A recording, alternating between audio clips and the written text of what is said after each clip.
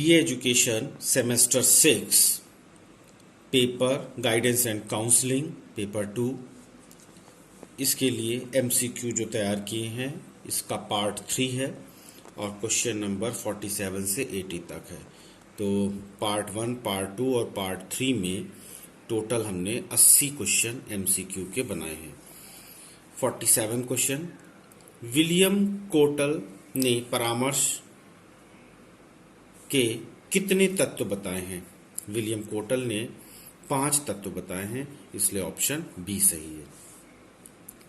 परामर्श में परामर्शदाता अर्थात काउंसलर एवं उपबोध्य में मतलब काउंसली कौन आमने सामने होते हैं? तो परामर्श में परामर्शदाता और उपबोध दोनों आमने सामने होते हैं, इसलिए ऑप्शन सी सही है। संग्रही परामर्श के प्रवर्तक थे FC Thorne, option C correct है। परामर्शदाता उपबोध की समस्याओं का समाधान खोजता है या समाधान खोजने में सहायता करता है, ये कथन सत्य है, इसलिए ऑप्शन ए करेक्ट है। क्वेश्चन नंबर 51, निम्नलिखित में से किस परामर्श में परामर्श की भूमिका प्रधान होती है? सही आंसर है निर्देशात्मक परामर्श में, इसलिए ऑप्शन सी सही है।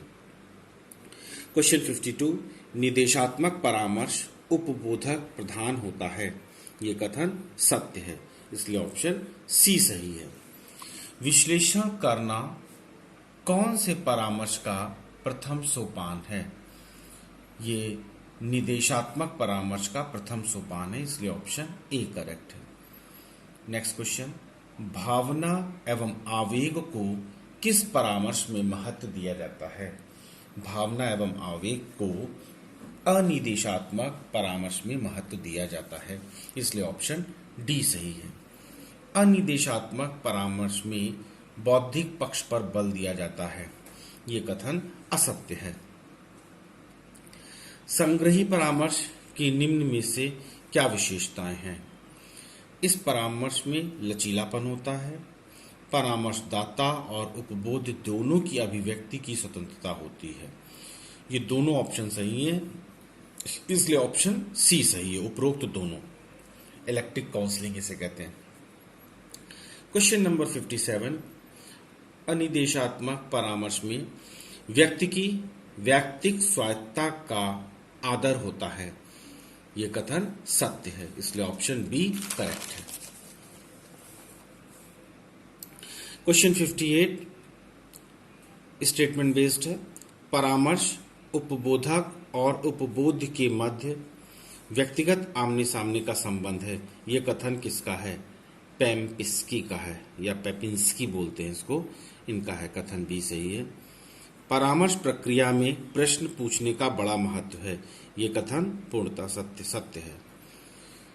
क्वेश्चन नंबर 60, निम्नलिखित में से कौन सा कार्य परामर्श की प्राथमिक अवस्था में सम्मिलित नहीं है? सीमित सूचनाएं एकत्रित करना, इसलिए ऑप्शन डी सही है।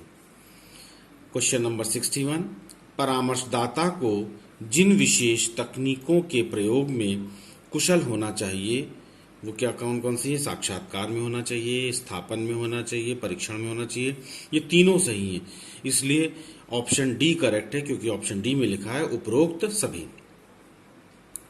परामर्शदाता के लिए आवश्यक जो नैतिक बिंदु नहीं है वो है अन्य परामर्शदाताओं की आलोचना, ये नैतिक बिंदु आवश्यक नहीं है, इसलिए ऑप्शन सी सही है। क्वेश्चन नंबर 63, निर्देशन में अनुसंधान की आवश्यकता होती है। पहला है सीखने को प्रभावशाली बनाने, परामर्श विधि को प्रभावशाली बनाने और परामर्शदाता और शिक्षकों के मध्य सहयोग। तो निर्देशन में अनुसंधान की आवश्यकता होती है, इसके लिए उपर्युक्त सभी के लिए ये तीनों सही हैं। व्यावसायिक सूचना, व्यवसाय की जानकारी, व्यवसायिक सूचना क्या है? व्यवसाय की जानकारी है। प्रवेश की योग्यता की जानकारी है, व्यवसाय की संपूर्ण क्रिया का ज्ञान है, ये तीनों ही सही हैं, इसलिए ऑप्शन डी सही है। व्यावसायिक सूचना का महत्व है सर्वोत्तम नियोजन, नेक्स्ट है परामर्श के लिए आवश्यक, नेक्स्ट है क्षमता तथा कृत्य में सामंजस्य। तो ये तीनों ही सही हैं, इसलिए उपरोक्त सभी ऑप्शन डी सही है। क्वेश्चन नंबर 66, व्यावसायिक विश्लेषण में अध्ययन किया जाता है। ऑप्शन ए व्यवसाय का व्यवस्थित अध्ययन, ऑप्शन ए करेक्ट है। क्वेश्चन नंबर 67, व्यावसायिक सूचना प्राप्त होती है निजी संस्थाओं से, रोजगार विनिमय केंद्रों से, पत्र पत्रिकाओं एवं समाचार पत्रों से। तीनों ही सही हैं, इसलिए ऑप्शन डी करेक्ट है, क्योंकि इसमें लिखा है उपर्युक्त सभी से। क्वेश्चन 68, निर्देशन सेवा का काम है। समस्याओं का आकलन, शिक्षकों की निर्देशन योग्यता की जांच, उपलब्ध सुविधाओं का सर्वेक्षण। तो ऑप्शन डी सही है, उपरोक्त सभी। शिक्षा के लक्ष्यों को निर्देशन सेवाओं के बिना प्राप्त करना कठिन है, यह कथन सत्य है। नेक्स्ट क्वेश्चन, निम्नलिखित में से जो अच्छे निर्देशन कार्यक्रम की विशेषता है। तो इसमें जो सही ऑप्शन है, सहयोगी शिक्षकों का सहयोग बलपूर्वक लिया जाता है, निर्देशन कार्यक्रम शिक्षक केंद्रित होना चाहिए, निर्णय का अंतिम अधिकार परामर्शदाता का होता है। सबसे जो विशेष बात है वो है सूचनाएं गोपनीय रखनी चाहिए। हम किसी के परामर्श दे रहे हैं और वो हमको कोई चीज़ बता रहा है तो हमको वो हमारे ऊपर विश्वास कर रहा है, इसलिए अपनी उन बातों को भी बता रहा है जो औरों से शेयर नहीं कर सकता है, अर्थात सूचनाएं गोपनीय रखनी चाहिए।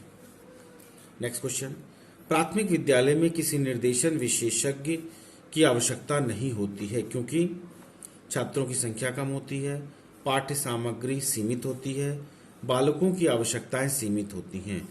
ये तीनों सही हैं, इसलिए करेक्ट ऑप्शन है उपरोक्त सभी। शिक्षक को छात्र के माता पिता से संपर्क स्थापित नहीं करना चाहिए, ये कथन असत्य है। शिक्षक को छात्र के माता पिता से संपर्क स्थापित करना चाहिए। नेक्स्ट क्वेश्चन, निर्देशन कार्यक्रम बनाने से पूर्व उसके लक्ष्य निश्चित करने चाहिए, यह कथन सत्य है। क्वेश्चन नंबर 74, समूह के सदस्यों का चयन करने में उपयोगी मानदंड क्या है। परिपक्वता ए, बी है समस्या में एकरूपता और सी है समान आयु।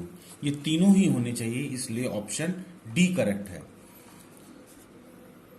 छात्रों में धार्मिक विश्वासों में संदेह पैदा होने पर निर्देशन कार्यकर्ता जिस सामुदायिक संस्था का सहयोग लेगा वह है धार्मिक समूह, इसलिए ऑप्शन बी करेक्ट है। केंद्रीय शैक्षिक एवं व्यावसायिक निर्देशन की स्थापना किस वर्ष हुई है। इसका सही आंसर है 1954 में हुई थी। Journal of vocational and educational guidance किसके द्वारा प्रकाशित किया जाता है। इसका सही आंसर है अखिल भारतीय शैक्षिक एवं व्यावसायिक संघ द्वारा प्रकाशित किया जाता है, करेक्ट ऑप्शन ए है। क्वेश्चन नंबर 78, निम्नलिखित में से जो व्यक्तित्व का गुण नहीं है वो है कक्षा में उपलब्धि। ये व्यक्तित्व का गुण नहीं, आक्रामकता है गुण, एकाकी प्रियता है, कल्पनाशीलता है, लेकिन कक्षा में उपलब्धि ये व्यक्तित्व का गुण नहीं है। क्वेश्चन नंबर 79, निर्देशन कार्यक्रम में छात्र के विकास का मूल्यांकन आवश्यक है, ये कथन सत्य है। लास्ट क्वेश्चन है क्वेश्चन नंबर 80, परामर्शदाता में बौद्धिक क्षमता अधिक मात्रा में होनी चाहिए, ये कथन सत्य है। इस प्रकार हमने गाइडेंस एंड काउंसलिंग जो कि पेपर 2 है बीए एजुकेशन सेमेस्टर 6 के बच्चों के लिए, इसके हमने 3 पार्ट में 80 MCQ तैयार किए हैं। इसको आप लोग ध्यान से पढ़िए, इसको शेयर करिए, वीडियो को सब्सक्राइब करिए और लाइक करिए, बेल आइकन प्रेस करिए और इस वीडियो को अपने साथियों के साथ शेयर करिए जिससे कि आगामी आने वाली परीक्षाओं में सबको लाभ मिल सके।